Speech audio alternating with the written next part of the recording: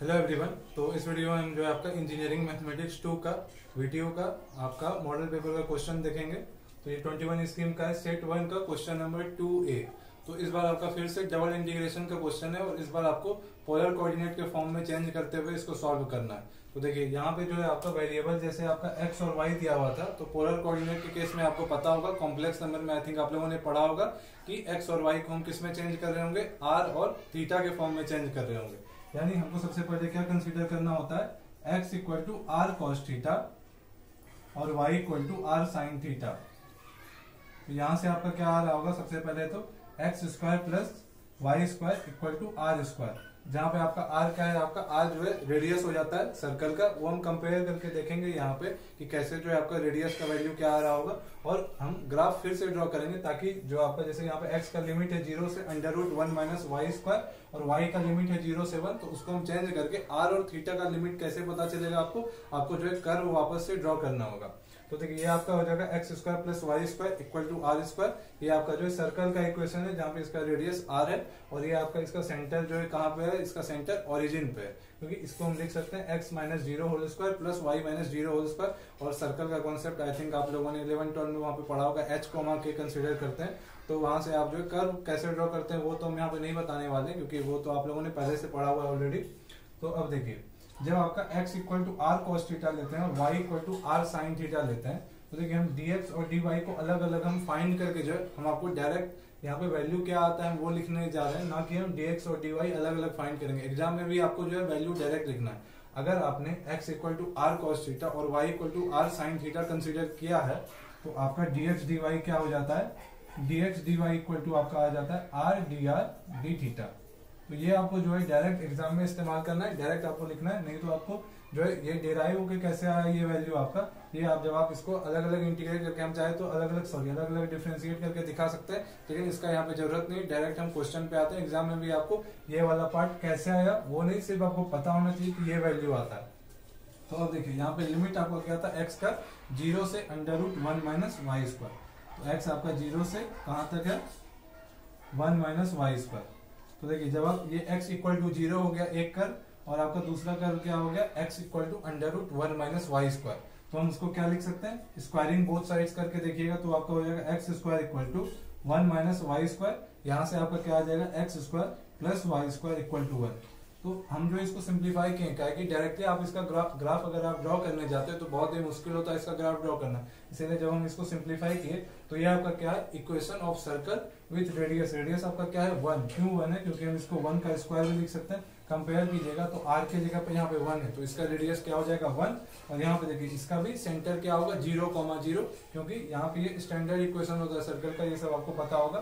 फिर देखिए y कहाँ से कहाँ तक वैरी हो रहा है, y हो रहा है आपका 0 से 1 तक, तो y इक्वल टू यहीं पे लिख दे रहे हैं y वेरीज फ्रॉम 0 to 1। अब हम क्या करेंगे, कर्व ड्रॉ करने जा रहे हैं।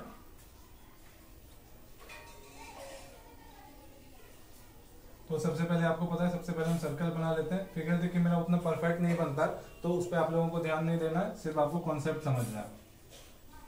तो देखिए ये आपका सर्कल हो जाएगा x square plus y square equal to 1। ये वाला जो वैल्यू है आपका ये रेडियस है इसका, तो ये रेडियस का वैल्यू क्या है 1 है। तो ये वाला पॉइंट जो है आपका ये क्या हो जाएगा आपका 1,0 और ये पॉइंट क्या हो जाएगा 0,1। अब देखिए नेक्स्ट कर्व आपका क्या है, x equal to 0। x equal to 0 कहाँ पे होता है आपको पता है, x equal to 0 y axis पे होता है। ये वाला जो लाइन होगा ये आपका x इक्वल टू 0 होगा। फिर देखिए y आपका क्या है 0 to 1, तो y आपका 0 x एक्सिस पे होता है, यानी ये लाइन जो होगा ये होगा y इक्वल टू 0। एग्जाम में आपको ओवरराइट नहीं करना है, आपको पता चल रहा होगा y इक्वल टू 0 से y इक्वल टू 1। तो y इक्वल टू 1 लाइन क्या होगा, x एक्सिस के पैरेलल होगा, तो ये लाइन है आपका y इक्वल टू 1। तो अब आप देख पा रहे होंगे कि कॉमन रीजन कौन सा आ रहा होगा आपका, ये y इक्वल टू 0 है। तो अब देखिए अब जो है आपका यहाँ पे आपका कॉमन रीजन जो आ रहा होगा वो आपका देखिए y जो है आपका 0 से 1 के बीच में, और ये आपका x का कर्व है, तो इसमें कॉमन रीजन और ये y का ये वाला पार्ट, तो कॉमन रीजन आपका क्या हो जाएगा ये वाला पार्ट। यानी कहने का मतलब है कि अब देखिए अब r और थीटा का लिमिट कैसे लेना है वो हम देखते हैं। देखिए थीटा जो है जब आपका यहाँ से स्टार्ट कीजिएगा तो एक बार रोटेट कीजिएगा, यहाँ पे पहुंचेगा तो ये कंप्लीट रोटेशन ना होके बल्कि उसका एग्जैक्ट आधा रोटेशन हुआ है। तो 360 का आधा क्या हो जाएगा 180, यानी थीटा आपका कहां से कहां तक वेरी कर रहा है, 0 से 180 डिग्री तक। तो 0 से 180 ना लिख के हम क्या लिखेंगे 0 से पाई तक। तो थीटा कहां से कहां तक वेरी कर रहा है आपका 0 से पाई तक। और आपका रेडियस जो है, रेडियस आपका ये अगर यहाँ पे ये वाला पॉइंट 0,0 था और ये वाला रेडियस का वैल्यू 1 है, यानी आर आपका कहां से कहां तक वेरी हो रहा है 0 to 1। तो अभी हम इसको चेंज करके लिखते हैं।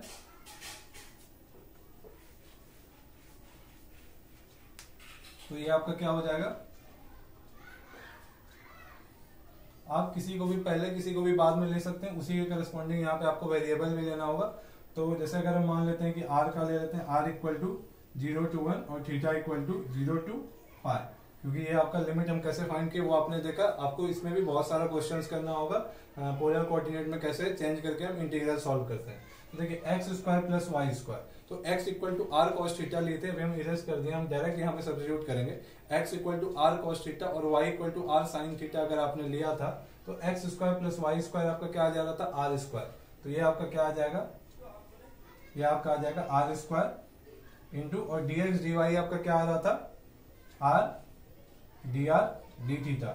तो ये हम कहां से लिखे, अभी हम आपको बताए थे कि dx dy आपको डायरेक्ट यहाँ पे वैल्यू लिख देना है r d r d theta. वहां पे आपको पहले कंसीडर करना है कि x equal to are cos theta और y equal to are sign theta, then dx dy equal to r d r d theta.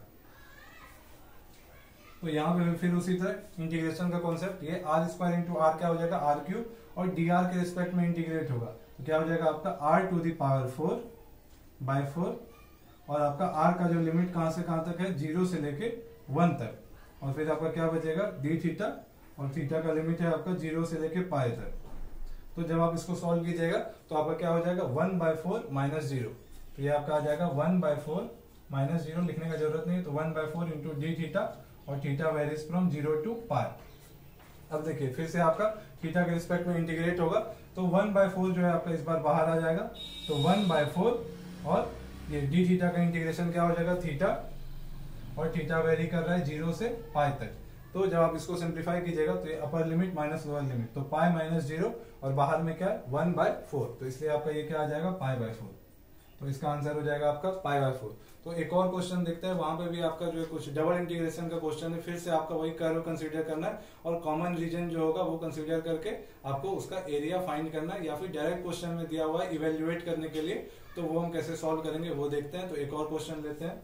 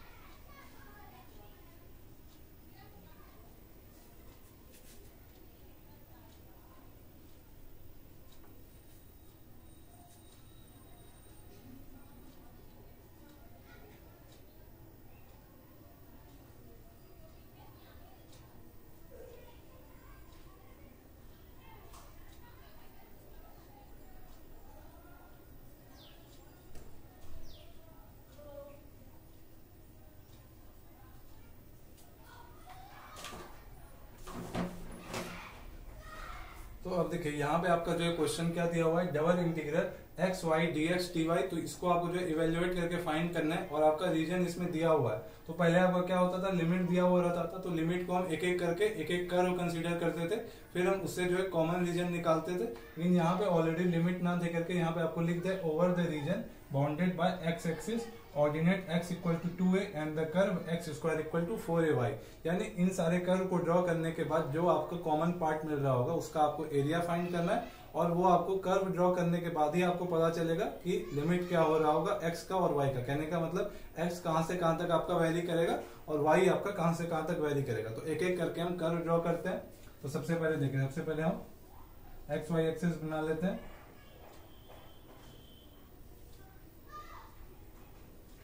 तो देखिए आपको जो है बेसिक जो है आपको पता होना चाहिए। जैसे देखिए x square equal to 4ay, आपको पता है कि पाराबोला होगा और पाराबोला आपका किसके सिमेट्रिकल होगा, वाई एक्सिस के अबाउट। तो ये जो है आपका ये जो कर्व है आपका ये क्या हो जाएगा, x square equal to 4ay। तो आई थिंक ये सब आपको पता होगा, ये हम नहीं बताने वाले हैं कि ये पाराबोला हम कैसे ड्रॉ किए। उसके बाद देखिए फिर आपका क्या एक्स एक्सिस, तो एक्स एक्सिस ये हो जाएगा पूरा कंप्लीट। तो सबसे पहला वाला जो आपका ये था, आपका जो कर्व था वो था एक्स एक्सिस, तो ये वाला पूरा कंप्लीट लाइन आपका एक्स एक्सिस हो गया। अगला क्या था, एक्स इक्वल टू 2a, तो एक्स इक्वल टू 2a कोई पॉइंट मान लेते हैं, ये आपका 2a, 0 है।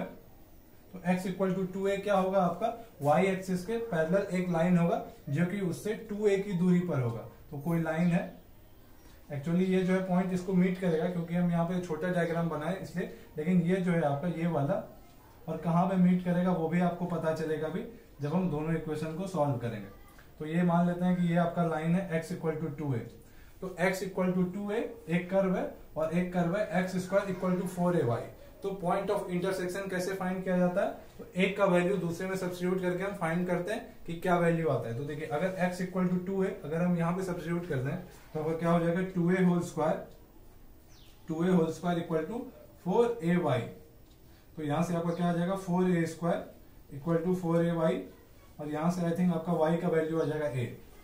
कहने का मतलब है कि ये जो है आपका यहाँ पे एक पॉइंट आ रहा होगा 2a, a, तो ये आपका पॉइंट ऑफ इंटरसेक्शन हो जाएगा। पॉइंट ऑफ इंटरसेक्शन फाइंड करने का तरीका आपको पता है कि दो कर्व का इक्वेशन दिया हुआ है एक्स वाई के टर्म्स में, तो दो वेरिएबल दो इक्वेशन दोनों को कैसे सॉल्व करना है आपको पता है, ये सिंपल। तो सॉल्व किए तो आपका पॉइंट ऑफ इंटरसेक्शन आ गया 2a, a। अब देखिए अब आपको कॉमन रीजन यहाँ पे पता करना है। तो ये वाला कर्व है आपका x square equal to 4ay, ये है आपका एक्स एक्सिस और ये है आपका x इक्वल टू 2a। तो क्लियरली आपको कॉमन रीजन दिख गया होगा कि ये वाला पॉइंट है। तो ये आपका क्या है, ये आपका कॉमन रीजन है, इसी का आपको एरिया फाइंड करना है इंटीग्रेशन के हेल्प से। अब हम देखेंगे कि कौन सा वेरिएबल कहां से कहां तक आपका वेरी कर रहा है। तो देखिए आपका x जो है x वेरी कर रहा है 0 से लेके 2a तक, यानी x जो है आपका कहां से कहां तक वेरी करेगा, 0 से 2a। और आपका y कहां से कहां तक वेरी करेगा, y वेरीज फ्रॉम y आपका यहां से और इस कर्व पे चलता रहेगा। तो देखिए y आपका कहां से कहां तक वेरी करेगा, सबसे पहले 0 से, और इस कर्व पे y का वैल्यू क्या आ जाएगा, एक्स स्क्वायर बाय 4a, क्योंकि x square equal to 4ay है, तो y इक्वल टू क्या हो जाएगा, एक्स स्क्वायर बाय 4a, यानी y वेरी करेगा 0 से एक्स स्क्वायर बाय 4a तक।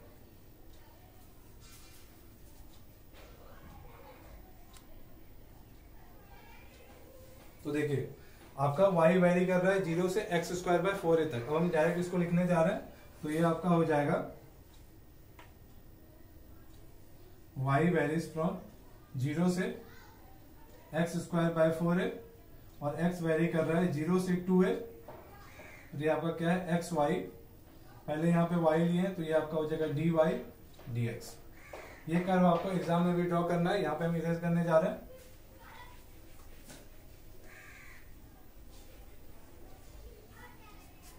अब देखिए सिंपल आपको इंटीग्रेशन हम आपको बता चुके हैं। तो अब देखिए x जो है आपका एज ए कांस्टेंट ट्रीट हो रहा होगा क्योंकि हम पहले y के रिस्पेक्ट में इंटीग्रेट करने जा रहे हैं। तो y dy इंटीग्रेशन होके क्या आ जाएगा आपका y स्क्वायर बाई 2, और सामने में x मल्टीप्लाई था तो x into y square by 2, और y का लिमिट आपका क्या था, y का लिमिट था 0 से एक्स स्क्वायर बाय 4a, 0 से एक्स स्क्वायर बाय 4a, और ये आपका dx रहेगा। और x कहां से कहां तक वेरी कर रहा है, x इक्वल टू 0 से 2a तक वेरी कर रहा है। अब हम क्या करेंगे, इसको सिंप्लीफाई करेंगे। तो देखिए आपका जो है upper limit minus lower limit, तो अपर लिमिट आपका एक्स स्क्वायर बाय 4 है और लोअर लिमिट आपका 0 है। तो लोअर लिमिट को लेके चलना ही नहीं है क्योंकि आपका 0 जब आप y के जगह पे रखिएगा तो इंटायर टर्म आपका 0 हो रहा हो, इसलिए सिर्फ अपर लिमिट पे फोकस करते हैं। तो आपका क्या आ जाएगा, x बाई 2 और y स्क्वायर है तो y स्क्वायर क्या हो जाएगा आपका एक्स स्क्वायर बाय 4a का होल स्क्वायर। तो ये आपका क्या आ जाएगा, ये आपका आई थिंक आ जाएगा ये x into x to the power 4, आपका क्या हो जाएगा x to the power 5 by, और ये आपका हो जाएगा 2 और 4a का आपका होल स्क्वायर है। तो 4a का होल स्क्वायर आपका क्या हो जाएगा 16a स्क्वायर, और बाहर में भी आपका 2 है तो यानी ये आपका आ जाएगा 32a स्क्वायर। और इसी को अब आपको इंटीग्रेट करना है किसके रिस्पेक्ट में, x के रिस्पेक्ट में 0 से 2a तक dx, और ये आपका 0 से 2a तक, और ये आपका dx। बहुत ही सिंपल है इसको इंटीग्रेट करना। आपका 1/32 a² आपका जो है वो इंटीग्रल साइन से बाहर आ जाएगा क्योंकि वो कांस्टेंट है। तो 1/32 a² और x⁵ dx आपका क्या हो जाएगा x⁵6/6 और x आपका 0 से 2a तक वैरी कर रहा है। स्पेस कम है लेकिन आई थिंक आप लोगों को समझ में आ रहा होगा। तो इसको हम सिंप्लीफाई करने जा रहे हैं।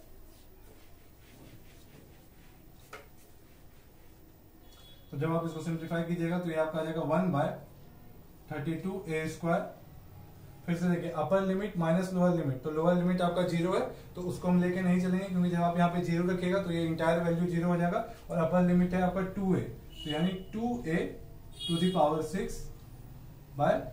हो जाएगा और -0 तो वो हम लिखने नहीं जा रहे। अब आपको इसको सिंप्लीफाई करना है तो ये आपका क्या हो जाएगा 1/32 a² इंटू 2a⁶ तो उसको हम क्या लिख सकते हैं 2⁶ इंटू a⁶ और ये डिवाइडेड बाय 6।